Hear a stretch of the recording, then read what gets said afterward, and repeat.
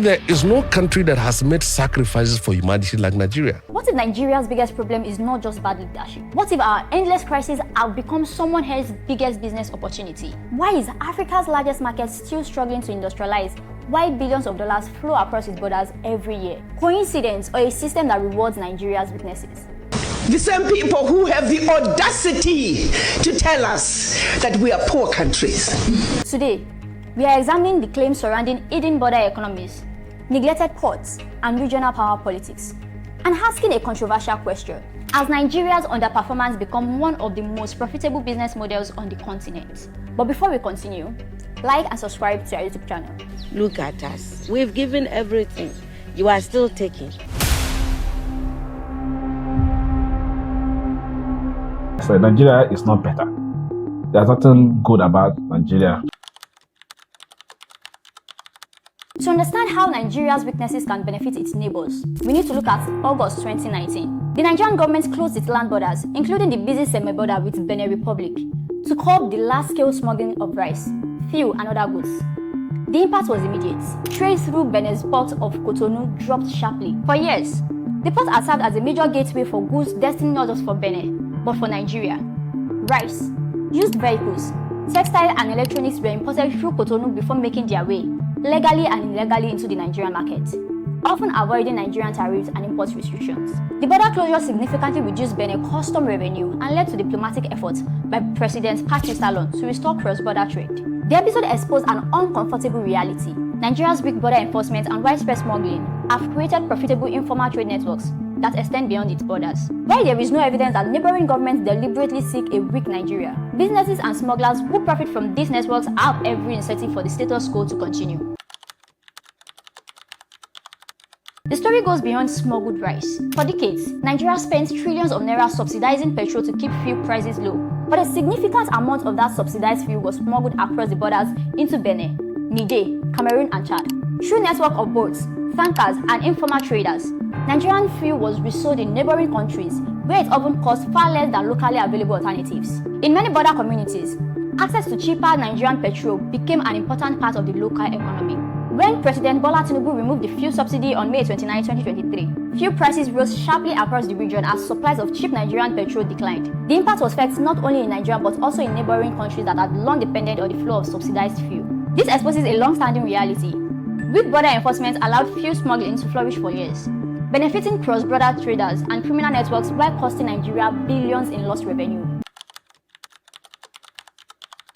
While Nigeria's physical resources are smuggled out by land, its greatest intellectual assets are being systematically harvested by air. This is the second major pillar of the controlled collapse: the intentional upsucking of Nigerian talent. Consider the transformation of countries like Rwanda, Ghana, and Kenya over the last 10 years. In 2020, during the height of the global pandemic and the internal trauma of the NSAS protest, a massive wave of capital flights left Nigeria.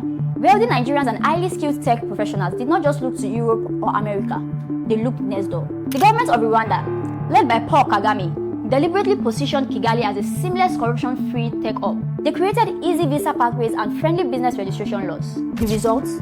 Hundreds of millions of dollars in venture capital meant for Nigerian tech ecosystem shifted to Kigali, Nairobi, and Accra. When Nigerian medical doctors flee the broken infrastructure of the University College Hospital in Ibadan, or when top-tier software engineers leave the gridlock of Lagos, they are immediately absorbed by regional competitors. Also, wealthy Nigerian politicians and businessmen who profit from the chaos at home do not reinvest their stolen billions into Nigerian infrastructure.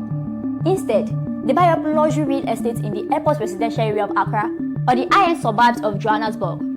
Nigeria's political wealth is directly funding the skyline transformation of its rivals. Neighboring countries do not need to build world-class university or train elite tech workforces from scratch. They simply wait for Nigeria's broken governance to drive the brightest minds across the border, pre-trained and ready to boost foreign GDPs. Perhaps the most dangerous element of this regional dynamic is the business of insecurity. We must look at the Lake Chad Basin, specifically the historical actions of Chad under the late President Idris Deby and his successors. Since the escalation of Boko Haram insurgency in 2009, the conflict has transformed from a localized religious uprising into a massive self-sustaining regional industry. While as a military powerhouse like Nigeria, with all its wealth and weapons, struggled to completely eradicate a terrorist group in the Sahel for over 15 years. Whenever the Nigerian military launches massive counter-offensive operations in the Sambisa forest or the Lake Chad region, insurgents simply retreat across the borders into Chad, Niger, or Cameroon. For years, diplomatic tension simmered between Abuja and N'Djamena regarding the true commitment of Chadian forces in permanently eliminating these threats. The story becomes clear when you trace the flow of international military aid. The United States, France, and the European Union pour hundreds of millions of dollars in security assistance, surveillance hardware, and counter-terrorism funding into peripheral nations like Chad and Niger to act as buffer zones against Sahelian instability. If Boko Haram and ISWAP were completely eradicated inside Nigeria, the strategic geopolitical importance of these neighboring military regimes would instantly evaporate.